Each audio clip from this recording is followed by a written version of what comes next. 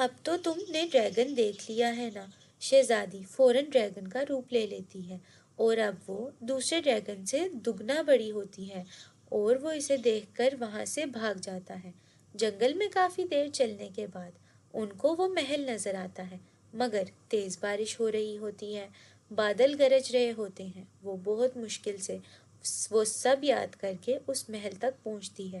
شہزادی جادو سے ایک فوج تیار کرتی ہے اور جیسے ہی دشمن محل کی فوج اس سے ٹکراتی ہے تو شہزادی پرندہ بن کر مانو کو اٹھا کر محل میں آ جاتی ہے۔ جیسے ہی دروازہ کھلتا ہے وہ ایک مونسٹر کو اپنی طرف آتے دیکھتی ہے۔ وہ شہزادی پر حملہ کرنے والا ہوتا ہے کہ مانو اس پر اٹیک کرتی ہے اور وہ وہاں سے غائب ہو جاتا ہے۔ وہ دونوں اندر جاتی ہیں جہاں گلابی جادوگرنی کا دل رکھا ہوتا ہے۔ وہ اپنی ٹوپی اس پر رکھتی ہے تو وہ دل غائب ہو جاتا ہے اور وہ کاغذ کی شہزادی اصلی شہزادی میں بدل جاتی ہے، شہزادی زینا۔ صبح ہوتی ہے اور مانو حیران رہ جاتی ہے کیونکہ وہ اپنے بستر میں ہوتی ہے۔ مانو یہ کیا؟ میں یہاں کیسے؟ کیا یہ سب خواب تھا؟ اور وہاں نانی آ جاتی ہے اور مانو نانی کو گلے لگا لیتی ہے اور نانی سے اپنی بدتمیزی کی معافی مانگتی ہے اور وہ بہت خوش ہو جاتی ہیں۔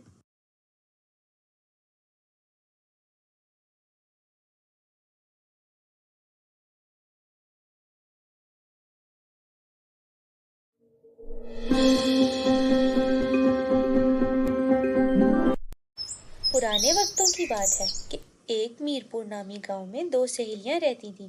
وہ بہت اچھی دوستیں تھیں۔ وہ دونوں ایک ہی اسکول میں پڑھنے جاتی تھیں۔ روبی بہت خوبصورت تھی اور پڑھنے میں بھی کافی اچھی تھی۔ دوسری طرف ثانیہ ایک گندمی رنگ کی مالکن لڑکی مگر پڑھائی میں تیز اور بہت سمجھدار تھی۔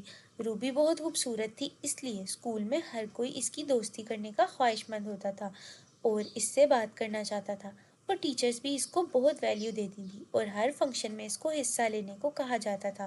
وہ بہت اچھا ڈانس کرتی تھی۔ تمہیں پتہ ہے ثانیہ، اسکول میں اینول فنکشن ہونے جا رہا ہے، تمہیں بھی اس بار حصہ لینا ہوگا۔ ہاں یار، میں اینول فنکشن میں پارٹیسپیٹ کرنا چاہتی ہوں مگر ٹیچر رکھیں تو نہ۔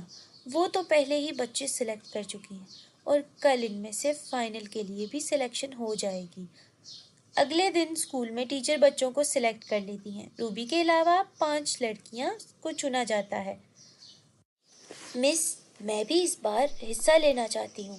سب کہتے ہیں میں بھی بہت اچھا ڈانس کر لیتی ہوں۔ اس بار اینول فنکشن میں ہمارے شہر کے بہت بڑے کاروباری لوگ آ رہے ہیں اور میں چاہتی ہوں پرفارمنس بہت اچھا ہو۔ اسی لیے میں نے کلاس میں سے سب سے خوبصورت اور گوری لڑکیوں کو سلیکٹ کر لیا ہے۔ تم ان سب میں اپنی سانولی رنگ کی وجہ سے عجیب لگو گی۔ تم ایسا کرنا، تم اگلی بار پارٹیسپیٹ کر لینا۔ ثانیہ یہ سب سن کر بہت اداس ہو جاتی ہے اور وہ رونے لگتی ہے، مگر پھر بھی وہ کسی سے کچھ نہیں کہتی اور چپ چاپ رہنے لگتی ہے۔ یہ سب دیکھ کر روبی ثانیہ سے کہتی ہے، میں جانتی ہوں تم دکھی ہو۔ ارے نہیں، میں ٹھیک ہوں، تمہارے لیے خوش ہوں۔ تم تو پرفارمنس کر رہی ہو نا؟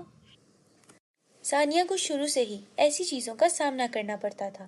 اس کی رنگت کی وجہ سے اس کے ٹیلنٹ کو ہمیشہ اندیکھا کیا جاتا تھا اور بچے اس کا مذاق بھی اڑایا کرتے تھے۔ وقت گزرتا ہے اور اسکول ختم ہو جاتا ہے۔ ثانیہ ایک فیشن ڈیزائننگ کا کورس کرتی ہے اور اس کے ہاتھ میں بہت ٹیلنٹ ہوتا ہے۔ ٹی وی میں وہ ایک ایڈ دیکھتی ہے اور اس آفس میں نوکری کرنے کا اپلائی کرتی ہے اور سلیکٹ ہو جاتی ہے۔ اس کے ساتھ 2 لڑکیاں بھی ہوتی ہیں۔ سب کو لگتا ہے کہ ثانیہ کا سلیکشن ہی ہوگا۔ کچھ دیر بعد ثانیہ کو اندر بلایا جاتا ہے۔ ثانیہ، آپ کے ڈیزائنز بہت اچھے ہیں اور قابل تعریف ہیں، مگر بورڈ آف ڈائریکٹرز کے ریفرنس سے یہاں 2 لڑکیاں آئی ہیں اور ہمیں انہی کو نوکری دینا ہوگی۔ It's okay sir, thank you. Sania گھر آتی ہے اور دکھی ہوتی ہے کیونکہ وہ جانتی تھی کہ اس کی رنگت کی وجہ سے اس کو ریجیکٹ کیا گیا ہے۔ وہ شیشے کے سامنے بیٹھتی ہے اور خود کو کوسنے لگتی ہے۔ وہ خود سے کہتی ہے کہ تم کس قدر بدصورت ہو، تم کیسے باہر لوگوں میں جا سکتی ہو اور ان سے مل سکتی ہو، تم تو بہت کمتر ہو، اور وہ یہ کہہ کر شیشہ توڑ دیتی ہے۔ یہ سب ایک پری دیکھ رہی ہوتی ہے اور ثانیہ کو مشکل حالات سے لڑتا دیکھ کر وہ بہت برا محسوس کرتی ہے۔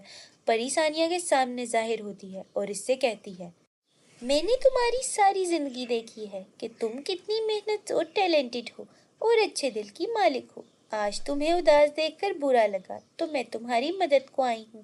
یہ لو، یہ میک اپ ہے، تم اس کو استعمال کرنا، تم بھی بہت خوبصورت ہو جاؤ گی۔ ثانیہ میک اپ لگاتی ہے اور وہ گوری ہو جاتی ہے۔ وہ ایک دن گھر سے نکلتی ہے تو اس کی ملاقات روبی سے ہوتی ہے، جس کا چہرہ بہت خراب ہو چکا ہوتا ہے۔ پوچھنے پر وہ بتاتی ہے کہ وہ کیمیکل پروڈکٹ استعمال کرتی تھی، جس کی وجہ سے اس کا یہ حال ہو گیا ہے۔ ثانیہ ہمیشہ سے ہی بہت اچھی لڑکی تھی۔ وہ روبی کو اپنے ساتھ گھر لے آتی ہے اور اس کو چائے پلاتی ہے اور پھر اس کو میک اپ استعمال کرواتی ہے اور وہ بالکل ٹھیک ہو جاتی ہے۔ کچھ دن بعد دونوں کی نوکری ایک ہی کمپنی میں ہو جاتی ہے اور وہ بہت خوش رہنے لگتی ہیں۔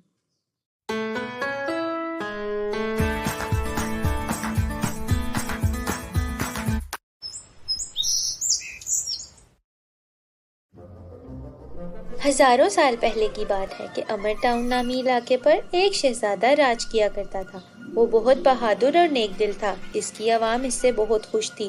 ایک دن وہ اپنے سپاہیوں کے ساتھ جنگل میں نکلتا ہے اور دیکھتے ہی دیکھتے وہ اپنے سپاہیوں سے الگ ہو جاتا ہے۔ وہ کچھ آگے جا کر آرام کرنے کا فیصلہ کرتا ہے اور اپنے تھیلے میں سے کچھ کھانے کو دیکھنے لگتا ہے۔ وہ ایک بریڈ کا پیس نکالتا ہے تو اس پر ایک چونٹی ہوتی ہے۔ وہ اسے آرام سے زمین پر رکھ دیتا ہے۔ پھر وہ دوسرا پیس نکالتا ہے تو اس پر بھی 2 چونٹیاں ہوتی ہیں۔ وہ اس سے بھی آرام سے نیچے رکھ دیتا ہے۔ وہ تیسرا نکالتا ہے تو اس پر 3 چونٹیاں ہوتی ہیں۔ یہ سب چلتا ہی رہا۔ بعد میں اسے اندازہ ہوا کہ اس کے سارے کھانے پر تو چونٹیوں نے قبضہ کر لیا ہے، مگر ناراض ہونے کے بجائے شہزادہ ایڈم مسکرایا اور بولا، یہ لو، تم سارا لے لو، تمہیں اس کی مجھ سے زیادہ ضرورت ہے۔ یہ کھانا تمہیں مبارک ہو۔ ارے تم تو بہت رحم دل انسان ہو۔ تم بول سکتے ہو؟ ہاں، میں بات کر سکتا ہوں۔ تم بہت فارغ دل انسان ہو۔ ہمیں کھانا دینے کا شکریہ۔ آپ کون؟ میں چونٹیوں کا راجا ہوں۔ تم مجھ سے کیا چاہتے ہو؟ کچھ نہیں، میرے پاس سب کچھ ہے اور ضرورت سے زیادہ ہے۔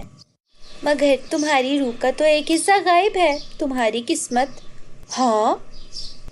کہا جاتا ہے کہ شہزادی زینب ہے جو دور کہیں رہتی ہے اور اس سے صرف کوئی نرم دل شہزادہ ہی نکاح کر سکتا ہے، اور مجھے لگتا ہے کہ تم وہی ہو۔ اس سے ملنے پر تمہیں میری ضرورت پڑے گی۔ تم کسی چونٹی کو ڈھونڈنا اور اس سے کہنا کہ تمہیں میری ضرورت ہے، میں آ جاؤں گا۔ اچھا ٹھیک ہے۔ اور یہ کہہ کر وہ اپنے گھوڑے پر سوار ہو کر آگے کے لیے نکلتا ہے۔ کچھ آگے ایک شیر درد سے کرا رہا ہوتا ہے۔ شہزادہ بنا ڈرے اس کی مدد کرتا ہے۔ تم بہت بہادر ہو۔ تم بھی بات کر سکتے ہو؟ میں ابھی ایک چونٹی سے ملا ہوں، وہ بھی بول سکتا تھا۔ وہ ضرور چونٹیوں کا راجا ہوگا۔ تم کہاں جا رہے ہو؟ شاید شہزادی زینب کو ڈھونڈنے۔ روایت میں لکھا ہے کہ کوئی نیک دل بہادر ہیرو ہی اس شہزادی سے نکاح کر سکتا ہے، اور یقیناً تم وہ ہو میرے دوست۔ مگر مجھے کہاں جانا ہوگا؟ روایت میں لکھا ہے شہزادی 7 جنگل پار ایک اونچے محل میں رہتی ہے۔ مگر میں وہاں کیسے پہنچوں گا؟ تم کچھ آگے جاؤ گے تو تمہیں ایک بوڑھا آدمی ملے گا۔ وہ تمہارے سارے سوالات کا جواب دے گا۔ بس تم اس کو بتانا کہ تم مجھ سے اور چونٹیوں کے راجا سے ملے ہو۔ وہ تمہاری مدد کرے گا۔ اس راستے میں تمہیں میری ضرورت ہوگی۔ تم درختوں سے کہنا، وہ مجھے بتا دیں گے۔ اب شہزادہ پھر سے الجھن میں پڑ گیا اور شیر کا شکریہ ادا کر کے آگے بڑھ جاتا ہے، اور وعدے کے مطابق کچھ آگے ایک بوڑھا آدمی درخت کے نیچے بیٹھا ہوتا ہے اور اس کے سامنے ایک قالین رکھا ہوتا ہے۔ شہزادہ بوڑھے کو شیر اور چونٹی راجا کا بتاتا ہے اور بوڑھا قریب آ کر اس کی آنکھوں میں دیکھتا ہے اور مسکراتا ہے۔ تو وہ روایتی کہانی درست ہے، تم ہی وہ انسان ہو۔ یہ لو قالین، یہ ایک جادوئی قالین ہے۔ تمہیں جہاں جانا ہوگا یہ تمہیں اڑا کر لے جائے گی، اور یہ لو جادوئی کٹورا، تمہیں جب چاہیے ہو اس میں پانی آ جائے گا۔ شہزادی زینب کو ڈھونڈنے میں ہی تمہاری ضرورت پڑے گا۔ شہزادہ گھوڑا اس بوڑھے آدمی کے پاس چھوڑتا ہے اور اس قالین پر بیٹھ کر اڑنے لگتا ہے اپنی منزل کی طرف۔ وہ قالین اس کو شہزادی زینب کی ریاست میں لے آتا ہے۔ وہاں اندھیرا تھا اور اس کو اسی جگہ کی تلاش تھی جہاں وہ اتر کر رات گزارے اور صبح محل میں جائے۔ اچانک اس نے کچھ سنا۔ میں چل نہیں پا رہا، کیا تم میری مدد کر دو گے؟ میرا گھر بہت دور ہے اور مجھے پیاس بھی لگی ہے۔ شہزادہ اس بزرگ کے پاس آتا ہے اور اپنے جادوئی کٹورے سے اسے پانی پلاتا ہے اور اس کی مدد کر کے اسے گھر چھوڑتا ہے۔ شکریہ بچے، مگر تم کون ہو؟ تم یہاں کے تو نہیں لگتے۔ میرا نام ایڈم ہے اور میں یہاں آیا ہوں شہزادی زینب کو ڈھونڈنے۔ ہاں، مگر آپ کو کیسے پتا؟ یہاں بہت لوگ آئے دوسرے علاقوں سے شہزادی سے شادی کی خاطر، مگر بادشاہ نے تنگ آ کر یہاں کسی بھی غیر علاقے کا آنا اور اس کی میزبانی کرنا منع کر دیا ہے، اس لیے میں تمہیں 1 گھنٹہ بھی اپنے گھر نہیں رکھ سکتا۔ کوئی بات نہیں، میں سمجھ سکتا ہوں، میں ایک پل بھی یہاں نہیں رکوں گا۔ اب اچانک ایک تیز روشنی اس کے گھر میں آتی ہے۔ شہزادہ باہر آ کر دیکھتا ہے تو محل چمک رہا ہوتا ہے اور اوپر ایک سفید لباس میں ایک شہزادی ہوتی ہے جو بہت خوبصورت اور پاکیزہ لگ رہی ہوتی ہے۔ وہ اس کی طرف دیکھتی ہے اور شہزادے کو اس سے پہلی ہی نظر میں محبت ہو جاتی ہے، مگر شہزادی اپنی آنکھیں بند کر لیتی ہے اور پھر نہیں کھولتی۔ اندر آ جاؤ، اب وہ آنکھیں نہیں کھولے گی۔ مگر کیوں؟ وہ کیوں آنکھیں نہیں کھولے گی؟ وہ کیوں اتنی اداس لگ رہی ہے؟ وہ اداس ہے کہ اسے اس روایتی کہانی کے سچ ہونے کا انتظار رہے۔ آخر یہ روایتی کہانی کیا ہے جس کا سب ذکر کر رہے ہیں؟ شہزادی زینب کوئی عام شہزادی نہیں ہے۔ وہ جب پیدا ہوئی وہ بہت خوبصورت تھی اور پری نے اس کو دعا دی کہ وہ چاند سے بھی زیادہ روشن چمکے۔ تب سے روز ساری رات ہمارا پورا علاقہ روشن رہتا ہے شہزادی کی روشنی سے، اور اسی سے یہاں اور کوئی روشنی کی ضرورت نہیں۔ ہماری ریاست میں بہت حملے ہوئے شہزادی کو اغوا کرنے کے لیے۔ پری نے کہا تھا کہ شہزادی سے وہی نکاح کر پائے گا جو 3 کام کر سکے۔ وہ کیا ہے؟ وہ 3 کام کیا ہے؟ مجھے بتائیں۔ ایک تو یہ کہ ایک رات میں 800 پاؤنڈ بیجوں کا تیل نکالنا ہوگا۔ دوسرا یہ کہ 2 شیطانوں سے ایک ساتھ لڑنا ہوگا، اور تیسرا یہ کہ ایک بلند پہاڑ پر ایک نگاڑا رکھا ہے، اسے بجانا ہوگا۔ یاد رہے کہ وہ پہاڑ آسمان کو چھوتا ہے۔ شہزادہ یہ سوچتا ہے کہ وہ چونٹیوں کی فوج کی مدد سے آسانی سے 800 پاؤنڈ تیل نکال سکتا ہے اور شیر کے ساتھ مل کر 2 شیطانوں کو بھی ہرا سکتا ہے، اور جہاں تک پہاڑ کی بات ہے تو وہ اس قالین سے آسانی سے پہنچ سکتا ہے۔ وہ سوچتا ہے کہ وہ اپنے دوستوں کو آنے کا پیغام دے گا اور خود کو سپاہیوں کے حوالے کر دے گا تاکہ وہ محل میں جا کر شہزادی کے سامنے جا سکے، اور وہ ایسا ہی کرتا ہے۔ اس کو محل میں پیش کیا جاتا ہے۔ شہزادی وہیں موجود ہوتی ہے، مگر اب وہ رات کی طرح چمک نہیں رہی ہوتی، مگر پھر بھی وہ بہت خوبصورت ہوتی ہے۔ یہ کون ہے جو ہمارے علاقے میں گھس آیا ہے؟ میں اس کا نام بھی نہیں جاننا چاہتا۔ اس کو جیل میں ڈال دیا جائے۔ رکیے، میں آپ کی اجازت سے اس اجنبی سے نکاح کرنا چاہتی ہوں جس سے مجھے پیار ہو گیا ہے، اگر یہ بھی ایسا چاہیں تو۔ ہاں، میں 1000 بار ہاں کہوں گا۔ میں اپنی محبت سے ضرور شادی کرنا چاہتا ہوں۔ مگر یہ اتنا آسان نہیں ہے، تمہیں 3 کام کرنے ہوں گے۔ میں 100 کام کرنے کو تیار ہوں اپنی محبت کو اپنانے کے لیے۔ بادشاہ اس کو پہلا کام سمجھاتا ہے اور شہزادہ اس کو کرنے کے لیے محل سے نکل جاتا ہے۔ اس رات شہزادے کے پاس مہمان خانے میں چونٹیوں کا راجا اپنی فوج کے ساتھ آتا ہے، اور رات میں وہ تیل تیار ہو جاتا ہے۔ صبح بادشاہ کو یہ پیش کیا جاتا ہے۔ بادشاہ پر امید ہو کر اگلا کام شہزادے کو سمجھاتا ہے۔ اکھاڑے میں شہزادہ شیر کے ساتھ آتا ہے اور ان شیطانوں کو مار گراتا ہے۔ اب بادشاہ بہت خوش ہو کر تیسرا کام سمجھاتا ہے، اور شہزادہ اپنی قالین پر بیٹھ کر اڑ جاتا ہے، اور کئی گھنٹوں بعد وہ پہاڑ پر پہنچ کر نگاڑا بجاتا ہے اور واپس آتا ہے۔ روایتی کہانی سچ ہوتی ہے اور دونوں کا نکاح ہو جاتا ہے، اور ساری عمر امبر ٹاؤن میں وہ خوشی سے حکومت کرتے ہیں۔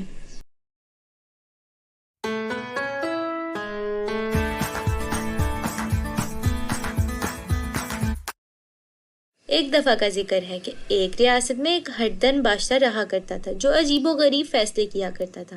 اس کی ایک بیٹی تھی جو بہت ذہین اور مزاحیہ کھلی مزاج کی تھی، مگر اپنے بابا کے فیصلوں پر پریشان تھی۔ یہ گاجریں کتنی اچھی ہیں نا؟ جی بابا۔ تو میں اعلان کرتا ہوں اب سے عوام کو صرف گاجریں ہی کھانا ہوں گی۔ ایک ہفتہ گاجریں کھانے کے بعد بادشاہ خود ان سے پریشان ہو جاتا ہے۔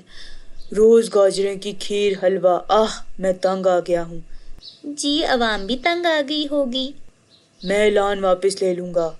مگر کیا، عوام تو اس کے ہر فیصلے سے پریشان ہی تھی کہ وہ عجیب و غریب فیصلے کر لیتا تھا مگر کسی دانش مند کی بات نہیں مانتا تھا۔ وہ بہت مغرور تھا، اس لیے اپنی ہی مرضی کیا کرتا تھا۔ اس کے محل میں ایک پری گارڈننگ کیا کرتی تھی، اس کا نام لوسیا تھا۔ وہ ہزاروں سال کی تھی مگر پھر بھی وہ بہت جوان تھی۔ اس کے ساتھ ایک چھوٹی پری اسپارکل بھی تھی جو بہت سالوں سے اس سلطنت کی خدمت کرتی تھی۔ اسپارکل، تم کیسی ہو؟ ٹھیک ہوں، جب تک کہ احمق بادشاہ کوئی الٹا فیصلہ نہیں کرتا۔ اس سے پہلے والا بادشاہ تو ایسا نہیں تھا، وہ تو بہت اچھا تھا۔ ہاں، خاص طور پر اس کو گاجریں پسند نہیں تھی۔ دونوں ہنسنے لگتی ہیں۔ یہ کون ہنس رہا ہے؟ ارے یہ تو بادشاہ کی آواز ہے۔ یہاں کون ہنس رہا تھا؟ صبح بخیر بادشاہ سلامت، میں ہنس رہی تھی کیونکہ یہ باغ مجھے بہت خوشی دیتا ہے۔